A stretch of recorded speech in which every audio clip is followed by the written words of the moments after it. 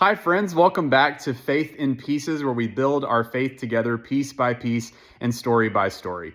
Throughout this week, we're going to be putting out 3 episodes related to our alignment with Reconciling Ministries Network. We have 3 great conversations with pastors from all around this conference who have done different work in aligning with Reconciling Ministries Network. And so these can just act as additional resources in the week leading up to our vote. After listening to these episodes, again, if you have any questions, if there's any conversation that you would like to have, you can always reach out to myself or Pastor Whitney. We would love to sit down with you. And you can also reach out to any of our focus group members. Our focus group members are listed on our website at mosaicumctx.org/RMN. So here's an episode in our new series on Reconciling Ministries Network. All right. So we are sitting down with Emily Chapman, who is the senior pastor over at St. Mark's. Emily, thank you so much for sitting down for a conversation as we get to talk about Reconciling Ministries Network and all there in between. But Emily, how about you start by just telling us a little bit about yourself, maybe Sure. how long you've been at St. Mark's, where you've been in the past, anything you want to share. Yeah. Yeah. I'm the senior pastor of St. Mark's. I've been there since 2014, so a long time, Yeah. which is great. Before that, I was an associate pastor at St. Paul's down in the Museum District. Um, and yeah, been in Houston 17 years and love it. And I'm glad to be sitting down with you. Awesome. Awesome. Yeah, Emily, one of the reasons that we really wanted to have a conversation with you as we think about our Reconciling Ministries Network alignment. And one of the things we did very quickly was pull up, where are the Reconciling Ministry Yeah. Network churches around us? And Yep. there are not a lot. But I know that St. Mark's just like very recently aligned with That's our right. event. And so I think this will be a really helpful conversation. So why don't you tell us, like, when did St. Mark's officially align themselves with Sure. the Reconciling Ministries Network? Officially, our vote was actually Super Bowl Sunday 2024. Nice. So early February, we're coming up on our second anniversary Cool. of being officially aligned with RMN, and officially being a reconciling congregation. Um, we have a little bit of every reconciling church I think has their own story of how they got there. Ours is a little complicated. They actually had an attempt prior to my time here to become a reconciling congregation that I wasn't here. I don't know exactly what happened. I'm not sure it even ever went to, I don't think it went to a full vote, but it did not go great.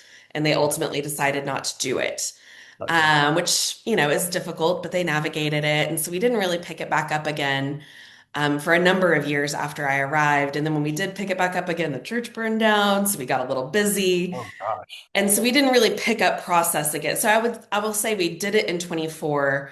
The process for us has been longer than that would indicate.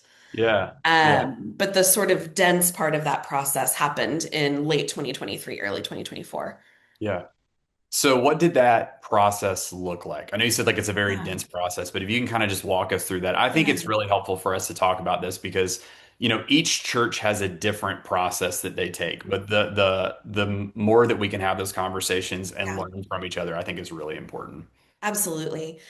And I mean, just to go back maybe a little further than I need to, even prior to becoming a like affiliating with the Reconciling Ministries Network, St. Mark's has long been a place that was very open about its welcome and full inclusion of LGBTQ folks. We were Mhm. very active in um, the conference and the denomination to get the discipline changed. So this was at least a core group of St. Mark's folks have sort of had this spirit about them for a long time, which means we've been talking about this for a while before we ever hit this sort of complex process.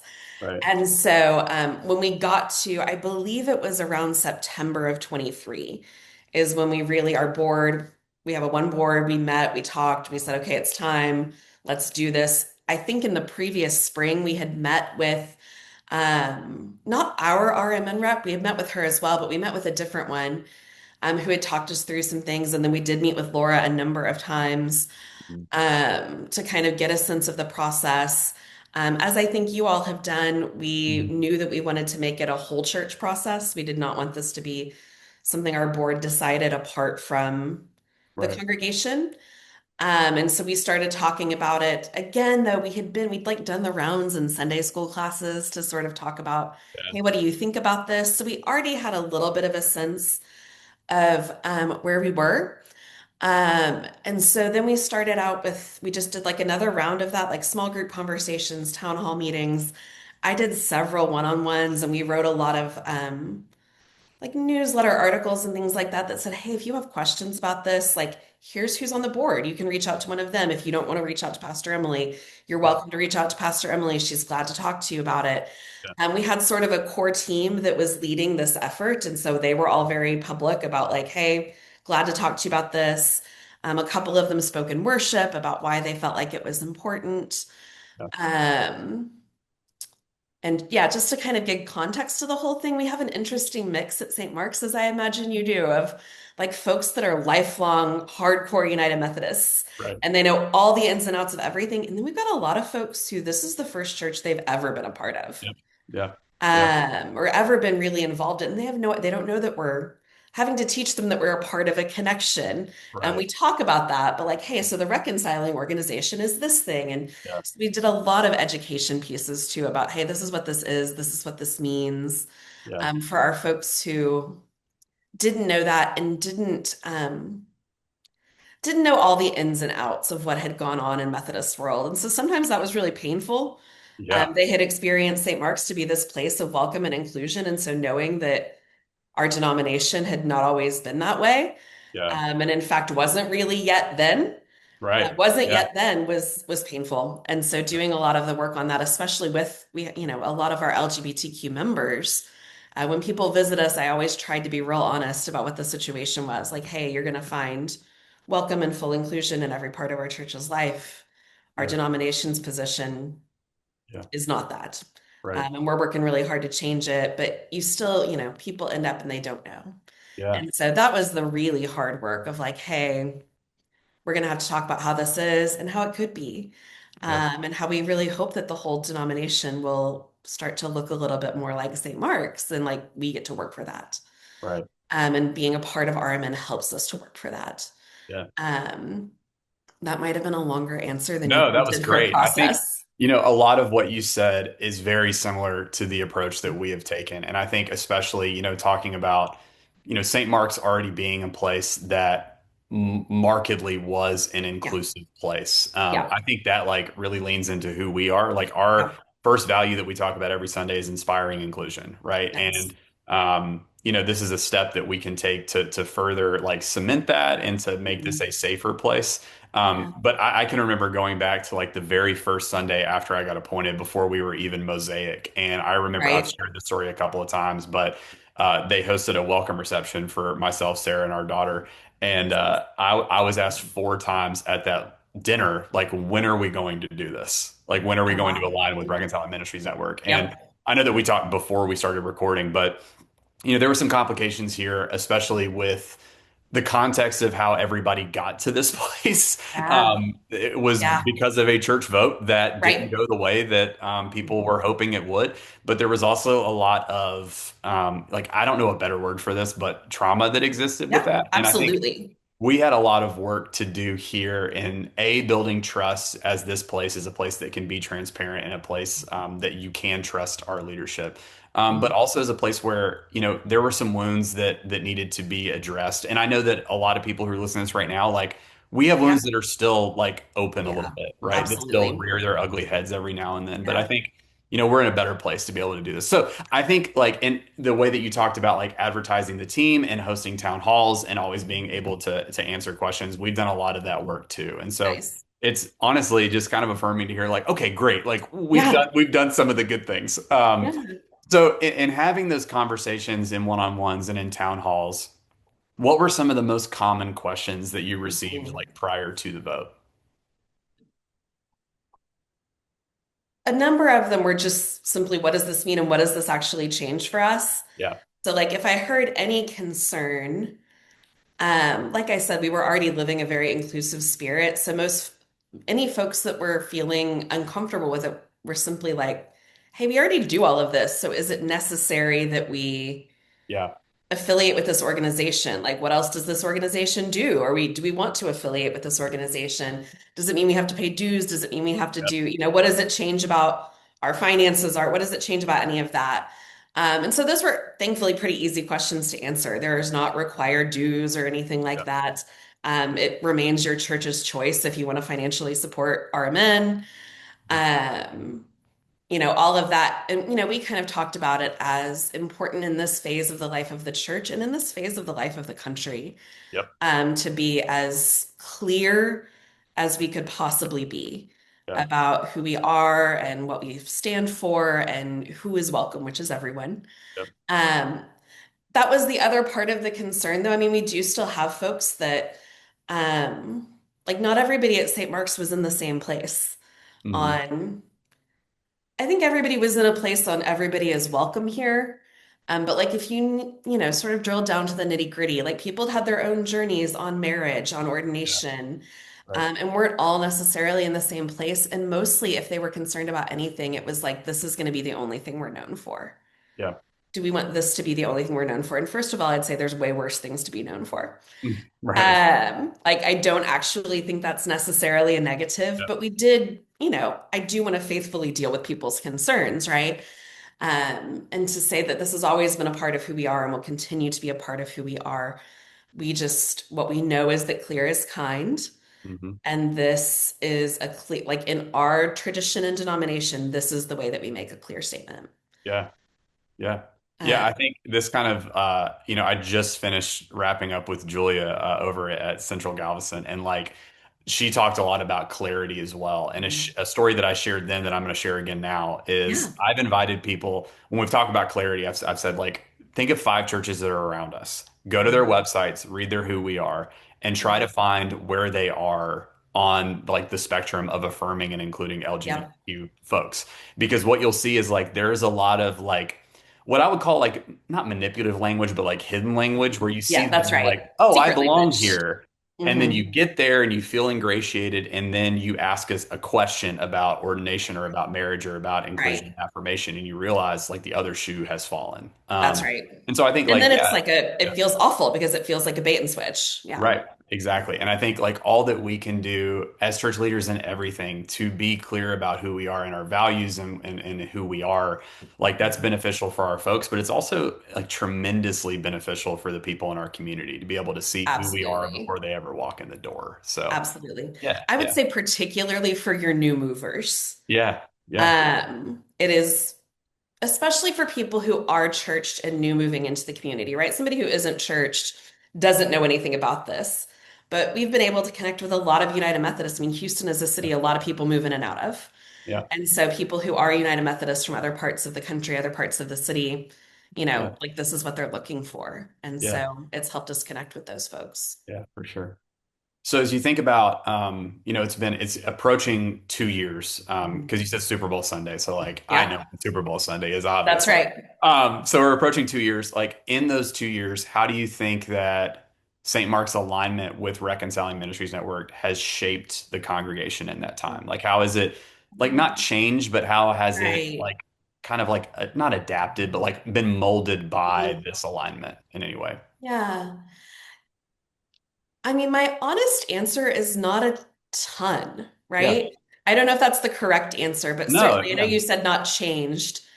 Like I don't think it changed just because we really were already living this way. I Yeah. do think it does shape how we speak about certain things. Hmm. And I think it makes us feel, at least makes me feel when I'm talking about my church being inclusive, like that has as much integrity as it possibly can, right? I mean, we're always working to make our church more of a safe, inclusive, welcoming space, and we always have work to do on that. But it did feel good to have a lot of that work done. Hmm. And a reconciling vote is not the end of anything. It's at all, but like it is okay. Like now we know who we are. Our vote, I should say, was pretty overwhelming Hmm. in favor. Like Yeah. it was not close. Yeah. Um, which means that, a lot of our folks who think differently about a lot of different things decided we all think, we all agree on this. Right. And that was through a lot of work and witness and all of that.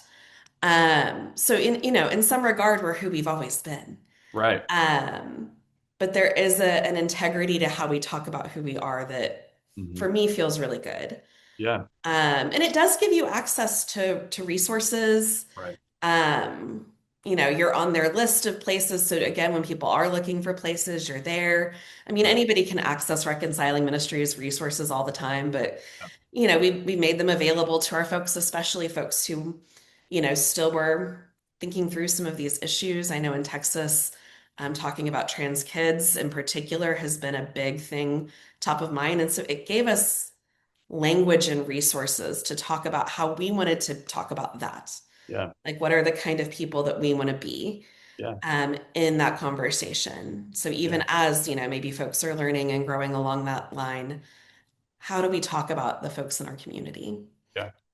Yeah. No, I think I know that you started by saying like not a whole lot has changed and like kind of like feeling like I don't know how like for me that's what we have talked a lot about in our town halls is like we have said from the very beginning of Mosaic that our core value or one of our core values is inspiring inclusion. And by Yeah. like doing this, that doesn't change that value of inspiring inclusion. We've talked a lot about how, and I would be interested to see if like you feel the same way on this, that one of the major drivers for doing something like this is it speaks to the community around you that has not yet found you who you Right. are, right? Like, and like we can do everything we can on our website to make sure that people know that they are welcome and they belong here. But by Hmm. like joining the Reconciling Ministries Network, that's another step that people may be able to find your church in your area that they would not have had before, right? Hmm. So yeah, no, I think like that speaks to the integrity of the values that y'all have at St. Mark's, and we're hoping that will be true here. Of like we inspire inclusion, and by aligning with the Reconciling Ministries Network, that is a natural, concrete step that we can Yeah. take to further live into those values. Yeah, Yeah. yeah. Have there been like any groups or events that have been added or modified like at St. Mark's Mm. as a result of joining Reconciling Ministries Network? Not yet. Okay. We had an event in the works. We actually had a big celebration event for Pride the year after we voted, and it got rained out, which was a huge bummer. Oh gosh. Um, and so we didn't, because it was an outdoor event, and so we didn't end up doing it. The thing that we have talked about doing, we're not doing for this anniversary, but we will hope to do either during Pride Month or on our next anniversary, is a like church-wide vow renewal. Oh, cool. For anybody who wants to do it, doesn't matter what the makeup of the couple is, but we have a lot of couples at our church who would have loved to get married in our church and were not able Mm, to before the discipline changed. mm, And yeah. so to do something like that. Yeah. But yeah, our planned celebration that we didn't end up doing was a pride picnic. RMN is really big on you sort of celebrating Yeah. what you do and like that you did this. And I do very much believe in celebrating. But we Yeah. also didn't want to be too self-congratulatory about it. And so we Yeah. wanted to plan sort of a community forward event. Yeah. And so even though we didn't get to do ours, I would recommend it. Yeah. Yeah. Yeah. And it was just sort of a carnival type vibe with music and inflatables and a pretty Yeah. standard church carnival type fare, but Cool. during Pride and with Pride resources. So there's tons of resources in Houston for LGBTQ folks, Mhm. for allies, for parents of kiddos who are exploring their own identity, and so to try to have some of those entities there as well. Yeah. That's awesome. Yeah. So as we wrap up our time, Mhm. the question that I'm asking everybody that we sit down with on these podcasts as we Mhm. conclude is what encouragement or wisdom would you offer to our folks as we head into January 25th? I don't know when people are going to be watching this. It'll probably be the week before, Right? after all the town halls have closed. And so I think as Mhm. somebody who has like shepherded a congregation through this, what encouragement or wisdom would you offer to our folks as we head into that day? Yeah. I I think my biggest piece of wisdom is to, I guess I should back up and say because St. Mark's had a previous attempt that did not go well, and we still have folks around who remember that, and just because of the state of the church and the world, and we do not to the degree y'all do, but we do have some members of our church that are new members that had to leave disaffiliated congregations. Mhm. There's a lot of anxiety about just having a vote at all. Hmm. Like we don't like up or down votes. Even on our board, we try to do things mostly by consensus. Like we just up and down votes are required by RMN, but they're not how we typically do things unless we absolutely have to. And so there was even in our church where I felt like we were really all of pretty close to one mind on this. There was a lot of anxiety for me, for our other leaders, for lots of folks. And I think my biggest piece of advice is just not to let that anxiety drive the bus. Mm, When you show up to vote from your best hopes and trust in the Holy Spirit's work among you, and mhm. not from what you're fearful of about the future, but to trust that that future belongs to God. Yeah, Um, and to yeah, go make your vote and be ready to respond to whatever comes, yeah, and to continue being who you are. yeah, I mean, that's the thing is that in this instance, this up or down vote isn't going to fundamentally change who Mosaic is. yeah. Um, it will hopefully strengthen you and make you more of who you are, but um, I wish I had been less anxious, I guess, in Yeah, yeah, retrospect. And so yeah, that is the wisdom that I'd offer is that trust that yeah, the Holy Spirit has been at work in your conversations yeah. and in your congregation. Most people, by the time they get to this, oh gosh, so sorry. That's going to be awkward. It's all good. Uh, maybe you can cut that. No, it's all good. Uh, We'll try. I'll talk with our communication right. director. I got you. But most congregations, by the time they get to this point, like you've had a lot of conversations about this. And Yeah, so we can trust in the Spirit's work in it that all of the next steps will be what God is, will help you to be who God is calling you to be. yeah. No, I mean, thank you for being my pastor. Like, I think like, like anxiety is a natural part of this. And I think especially Absolutely. with like history of the last couple of years, like, Right. and just like current state of the world, like I think we're always in a hyper state of Gosh, anxiety all the time if we're absolutely. not careful. Absolutely. And I think too, one of our focus group leaders, I think, said this early in our gathering of like there is anxiety around church voting, but at the same time, there is an opportunity for us as United Methodists to claim who we are as a lady-led movement when we do things like this, Absolutely. right? And so I think we can Absolutely. boldly step into that in this process and reclaim like, no, this is how we have been structured and been called to lead the church. That That's it's not right. about like who we are as pastors. It's not about who's Mm-mm. on staff. It's not about leadership. No, It's about the people of this place that will be that's here right. long after all those That's folks are right. gone. Like you So, and I don't vote in these things. right, Like this exactly. is Yeah, Mosaic's choice. for sure. Yeah. And Yeah. so I think just like reclaiming that and also like Yeah. So the good. not letting anxiety drive the bus is so good. Yeah. Yeah. Oh, yeah. And I get that it's hard not to. And especially I know where a lot of your folks have been. So like I don't dishonor that anxiety, but it doesn't have to drive. For sure. For sure. Yeah. So. Yeah. Well, Emily, thank you so much for sitting down Oh, with us. yeah. My I'm really excited pleasure. about all these conversations that we're having and all the good resourcing that we're going to have as a result. So, Absolutely. Well, I'll be uh, praying for you guys and yeah, hope that, yeah, praying for good outcome and for everybody to get to feel good about yeah, how this conversation went for you all. And I love getting to watch from afar what Mosaic is doing. So I'm praying for this next step in y'all's journey. we're thankful for all the work that you guys do at St. Mark's too. So, well, Emily, thank you so much, and we'll Oh, talk my soon. pleasure. All right. Talk to you later. See ya. All right. Bye.